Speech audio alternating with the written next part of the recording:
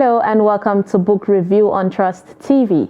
On the show, we talk with African and international authors, review books and adaptations, while inspiring especially the younger generation into inculcating the habit of book reading. I am Sumaya Abubakar, and today we will be talking about the book Abuse of Innocence.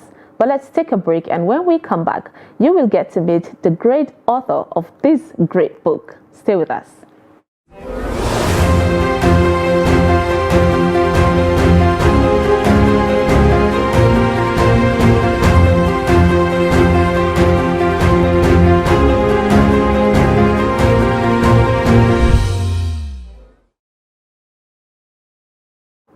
Welcome back. If you're just joining us, this is Book Review on Trust TV.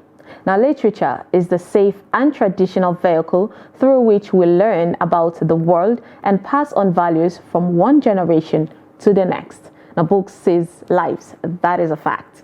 Our guest today is Deborah Rabuda Penny. She has a BSc in Education, Guidance and Counselor and Masters in Educational Psychology.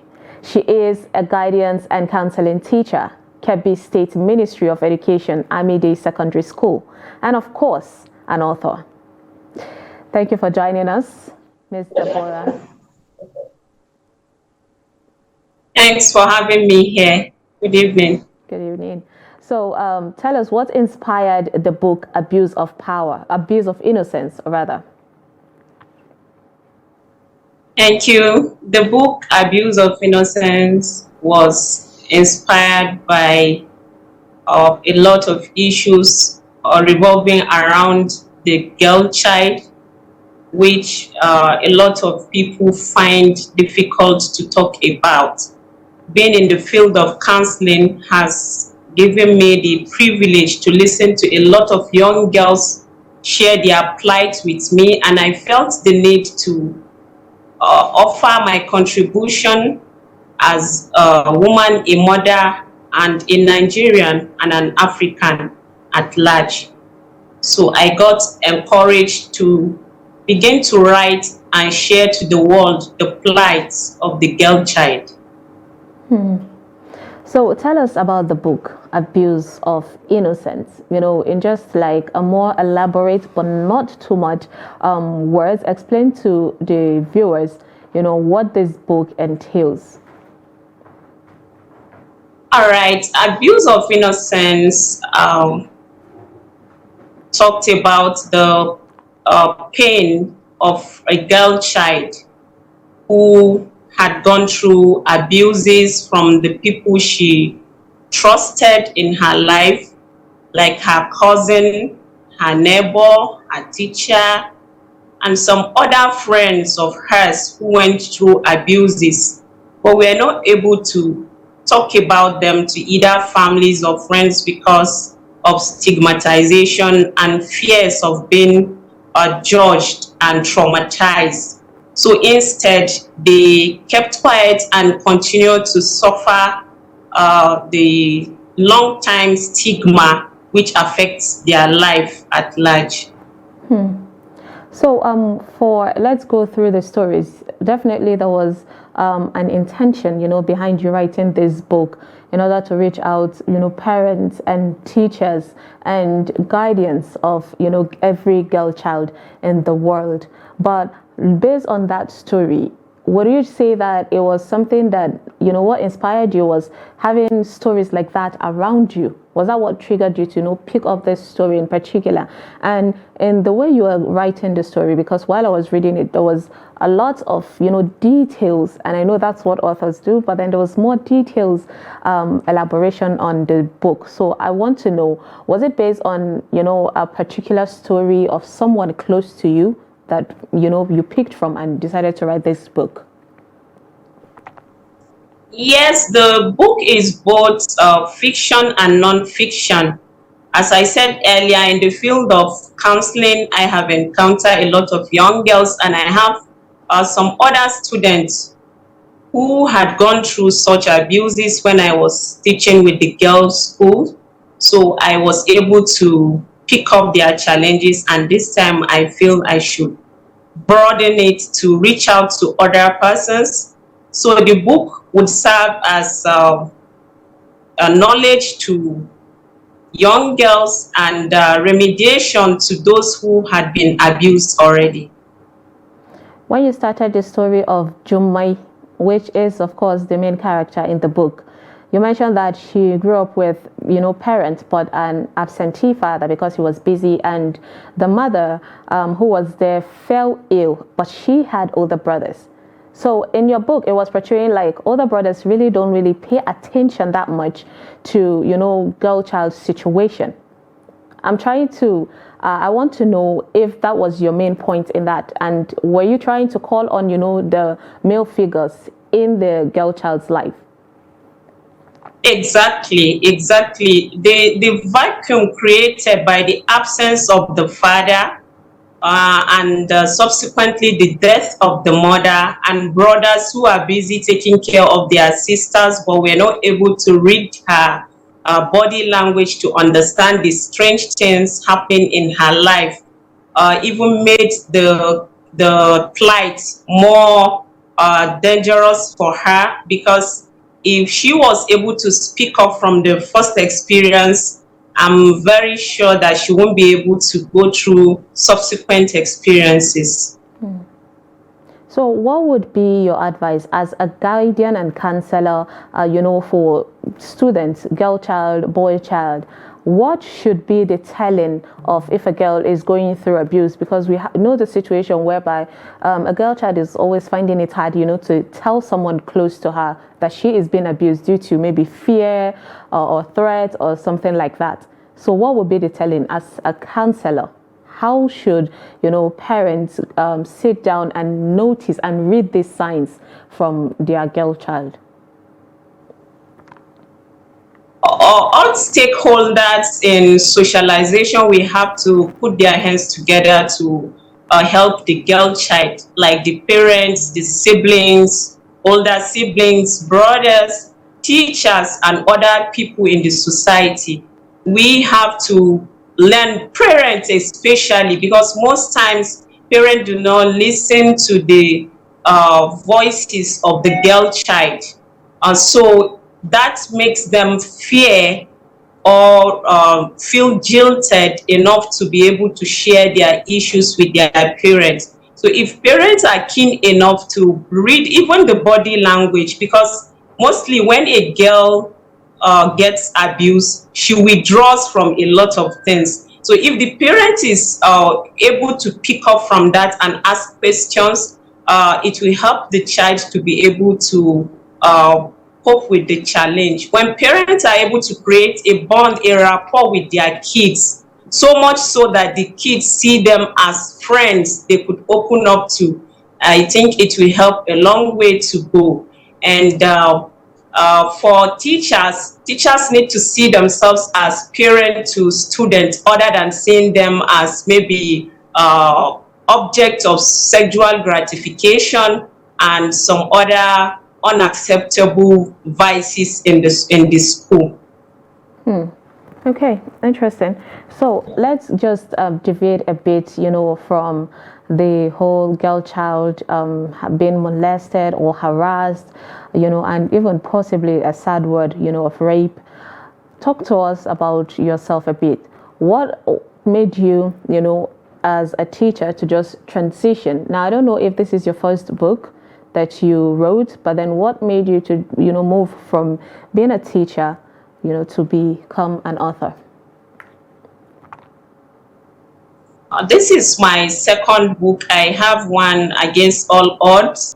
It's published with the Amazon, and this book means a lot to me, The Abuse of Innocence, because I am a humanist. I deal with the girl child, the widows, and the orphans. So I have a lot of friends that are girls, I mean much younger, teenagers in particular. So we discuss a lot of girls issues. So I felt someone need to give a voice to that child who is not able to speak up because she's afraid, who is not able to say what she's going through because somebody is going to judge her.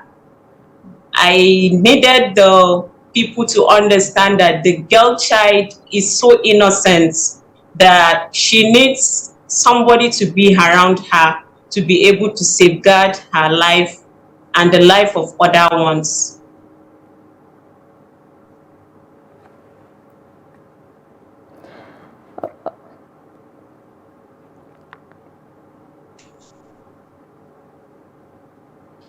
Okay, so as a teacher now, how can you, inculcate, this particular awareness that you're trying to create, into the school system and also, of course, the community, society in general? I use my platform as a teacher and a counselor to be able to uh, talk to the girls. Their shyness first is not respect, because one of the issues that the girl child have is misunderstanding the concept of shyness. As in, when somebody is trying to make in unwelcomed advances on them and they feel they are shy, they don't want to say no, it will make them to become more vulnerable to that person. So by the time they are able to understand that shyness is not respect and saying no is not disrespect, that is giving them a voice to be able to stand for themselves. Also, I'm building the girl child to be able to speak up anytime she feels she should speak up to her parents, to her teachers, to her friends, and everyone she feels safe around. Okay, so let's talk about health, education. And with everything that you're saying, you're trying to, tell us that parent needs to know more, and then the girl child needs to know more. So, what have you as a person made to reach out to maybe your school, finding a way, and all that, and also to parents, in order to have a place or platform where you can discuss about this sex, or should I say, health education?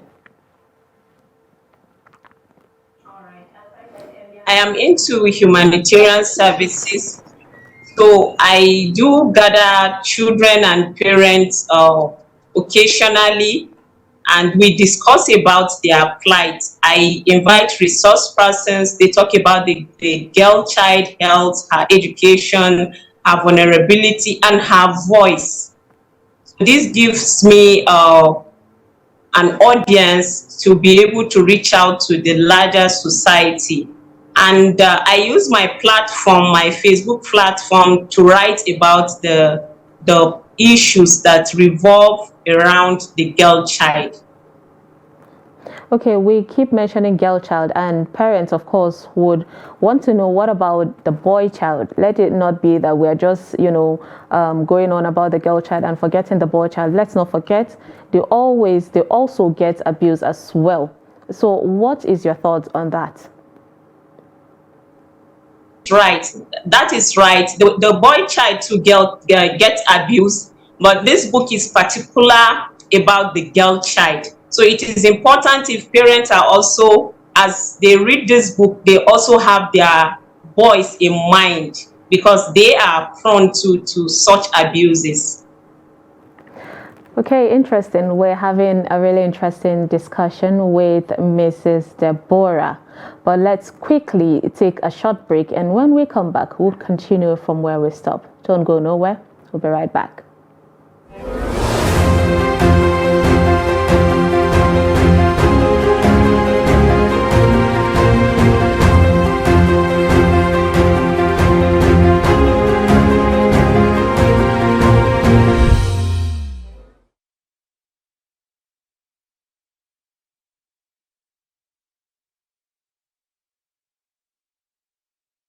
Trust TV. And today we're talking about the book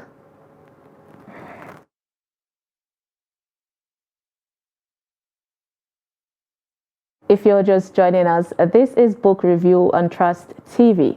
And today's episode, of course, we are talking about the book Abuse of Innocence by Deborah. And Ms. Deborah, I have more questions for you. Before we went on a break, you were mentioning about, the boy child, of course, health education, and the girl child, and the parents as well. But when it comes to Nigeria, I feel like we're shying a lot away from, this health education.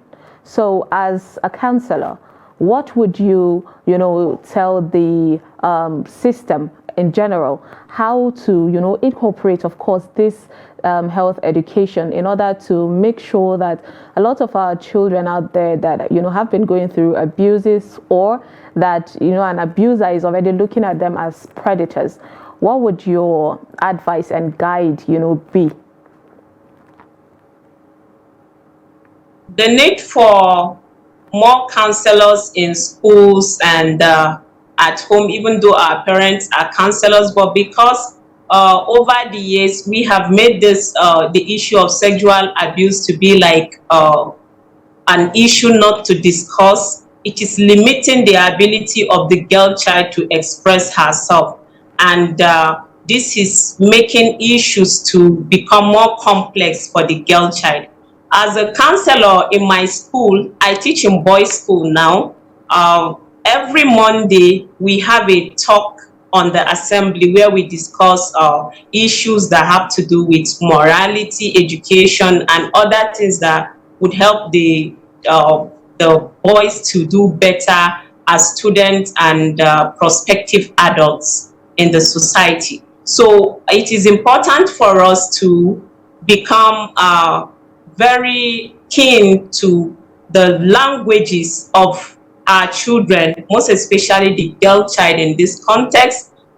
Both have covert and overt body languages. I mean, the one she's able to speak out, and even when she is not able to speak out, she speaks in her mind and in her gesture. So it is important for parents and guidance to read these body languages of the children and ask questions. Make room for them to feel welcomed so that they will feel relaxed.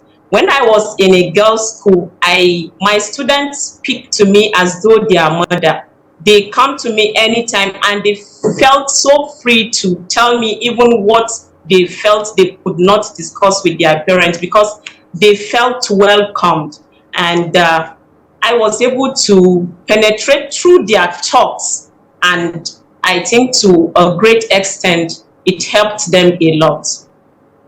The society has made it in a way that a girl child, especially, when she's facing abuse of some sort, not to speak out. And that has made, girls, even though parents would still try to make connection, to have with their girl child, but because of how society will receive it, she gets scared of approaching the parents or even her guardian or her friends even, because most times people would point it as perhaps you caused it. So as a counselor, again, I push, how would you, advise the society into being lenient to a girl in order not to keep blaming her that she is the cause of her predicament? Abuse of innocence is a voice for the girl child. And this is why, since I launched it, I have been giving it out for free to parents and students. I've been making sure that it reaches out to a lot of girls. This will be able to help them. If any child reads this book and if she had gone through abuse in the past, at least she would feel that somebody is giving her a voice, and she would be able to add her voice and speak out and get free. Because one of the healing processes for abuse is speaking out. So giving them the voice, and parents allowing them to express themselves. Because I have had an experience where a girl was abused, and as we were trying to take legal actions, somebody advised that, who is going to marry her if you don't expose this girl. Nobody is going to marry her if you said she was sexually abused, So this and more would hurt the victims and even the parents, to be able to speak out. But justice is Kilishiyar needed, and we sadaukin are Gombe. thrashing Ba the gaskiya bane society din. from these issues, so that the girl child will be able to have, even though in the first instances these issues are not supposed to even come up, because the society is supposed to collectively raise this child morally, socially, spiritually, and all healthy aspects of her life. But since it has become so, we want to concentrate first on the girl. Have a voice, always speak out. If you feel unsafe, speak out. If you feel you are not okay with what is happening around you, no matter who the person is, a brother, an uncle, a teacher, a parent, speak out. Tell somebody that you feel safer around, and the person is going to aid you. And if peradventure the person you spoke to is not able to give you what you need, speak to someone else. I'm sure we have people that are adding up their voices, so we would get a better society. Ms. Deborah, you've of course, elaborate what you want, the readers should pick from that, this your book, of course, which is The Abuse of Innocence. But tell me, what challenge did you, what challenge came to you, or what challenge did you face, rather, that's the word I was looking for. What challenge did you face while writing this book, considering we know that in every path of life, there is definitely one or two hindrances that comes your way. And as an author, definitely you might have gone through one particular challenge or another. What challenge was it for this particular book?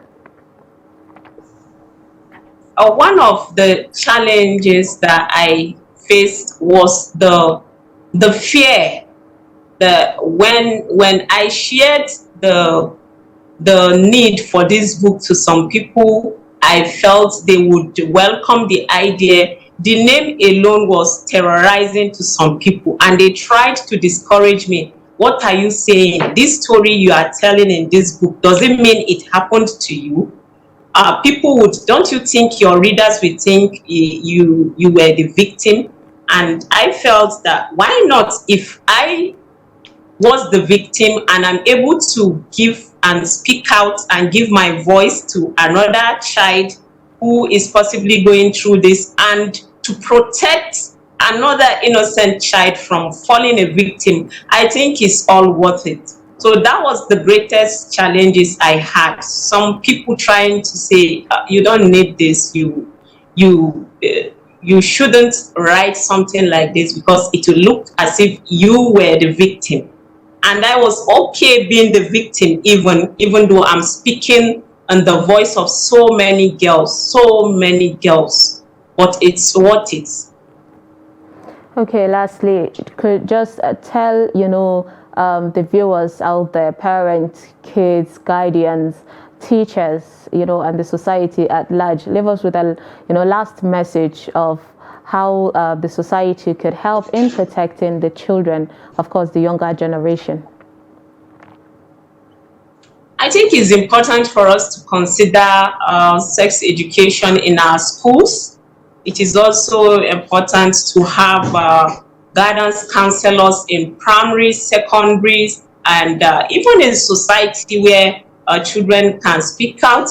And our parents, it's important for us to sensitize them to always engage their children. If your child is going to school, religious places, because those children can be abused anywhere, in religious places, at home, in the marketplaces, and all that.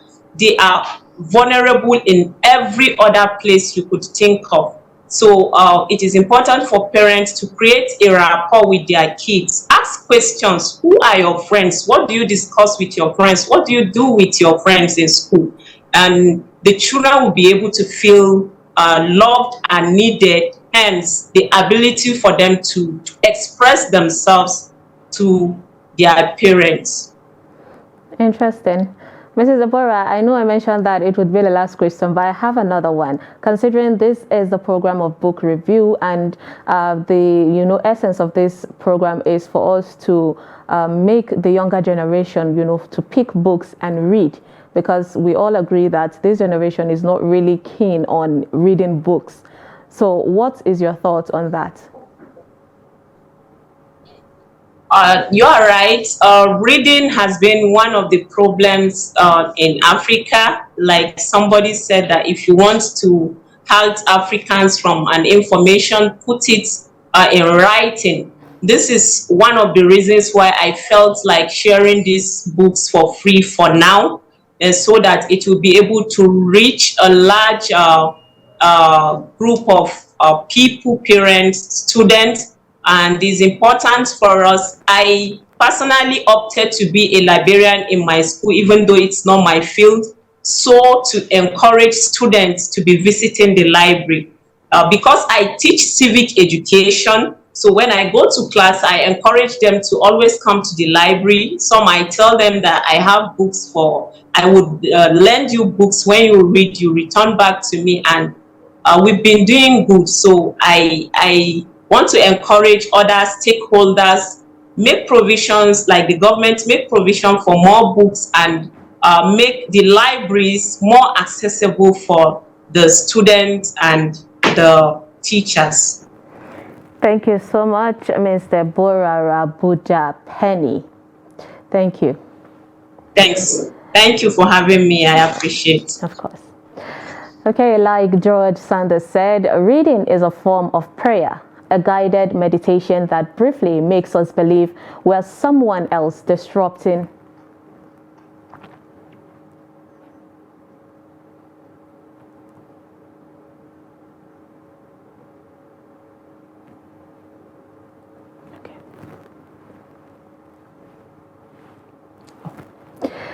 Okay, talking about the book, of course, Abuse of Innocence. We will be having, people reviewing this book. Stay with us.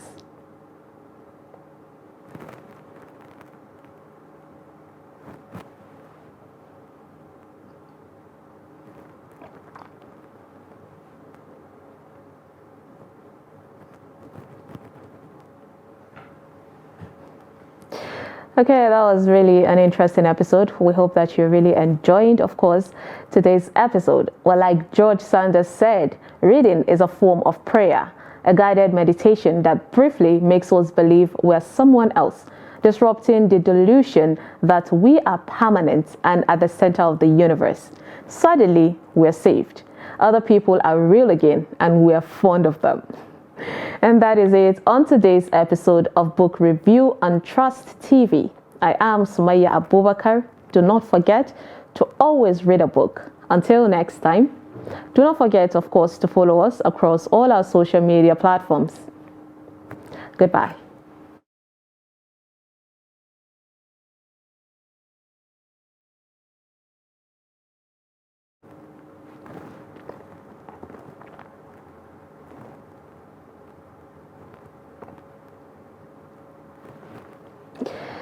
And that is it on today's episode of Book Review on Trust TV. Do not forget to follow us across all our social media platforms. I am Sumaya Abubakar. Do not forget to always read a book. Until next time, bye-bye.